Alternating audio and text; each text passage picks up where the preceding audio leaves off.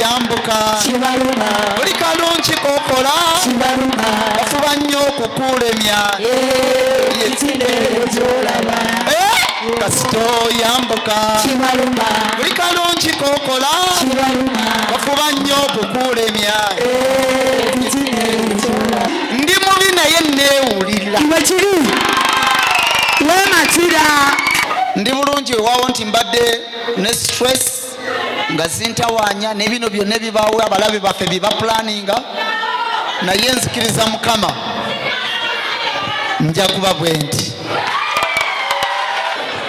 So ebintu byonna bye mulaba mu mawulire mbuyiga areepinga byonna bipange Mukama mulungi byonna bipange kubanga omuntu era kyova olaba nti omuntu bamuteeka mu mawulire